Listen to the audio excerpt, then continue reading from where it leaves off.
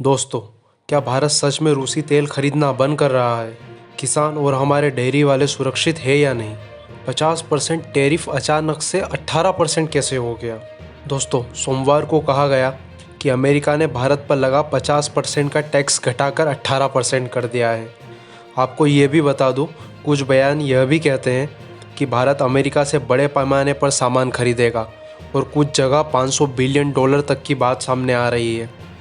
किसानों के डर को देखते हुए वाणिज्यिक मंत्री पीयूष गोयल ने बताया, कृषि और डेयरी जैसे संवेदनशील सेक्टर पूरी तरह से सुरक्षित रहेंगे। दोस्तों, यहाँ सरकार का दावा है कि सुरक्षा के उपाय बने हुए हैं, मगर विपक्ष और कुछ किसान अभी भी चिंतित दिखाई दे रहे हैं। आपको क्या लगता है, इससे किसानों को फ़ायदा होगा या जोखिम बढ़ जाएगा? यहाँ पर बड़ा सवाल ये है कि 50% अमेरिकन टैरिफ अचानक से 18% कैसे हो गया?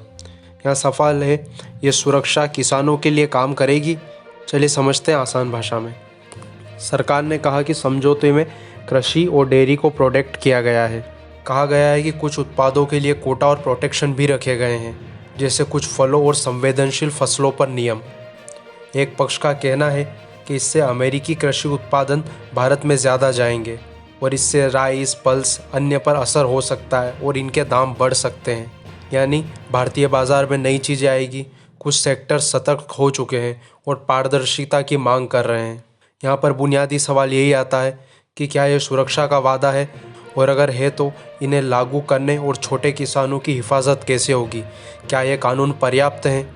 आगे देखना यह भी है, अचानक 50% अमेरिकन टैरिफ के 18% हो जाने से भारत की अर्थव्यवस्था और राजनीति पर इसका क्या असर पड़ेगा? इसके बड़े नतीजे भारतीय इंडस्ट्रीज़ पर क्या हो सकते हैं? सरकार का कहना है यह समझौता टेक्नोलॉजी, ऊर्जा, एरोस्पेस और कृषि में बड़ा निवेश और एक्सपोर्ट अपॉर्चुनिटी लाएगा। कहा जा रहा है कि इससे टेक्नोलॉजी, एआई, सेमीकंडक्टर और डाटा सेंटर जैसे क्षेत्र भारत में आ सकेंगे। आर्थिक रूप से उम्मीद है कि रुपया मजबूत होगा और मार्केट्स में रैली आ सकती है, लेकिन जियोपॉलिटिकल इफेक्ट भी होंगे इसके। चीन ने चेतावनी दी है कि अगर ये समझौता उनके खर्च पर हुआ तो इसके नतीजे पूरी दुनिया को भुगतने होंगे।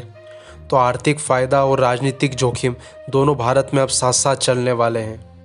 आपको क्या लगता है, इसका सीधा असर आपकी ज़िंदगी पे क्या होगा? ये आपके लिए एक अवसर का काम करेगा या खतरे का? आगे कमेंट में बताइए। धन्यवाद।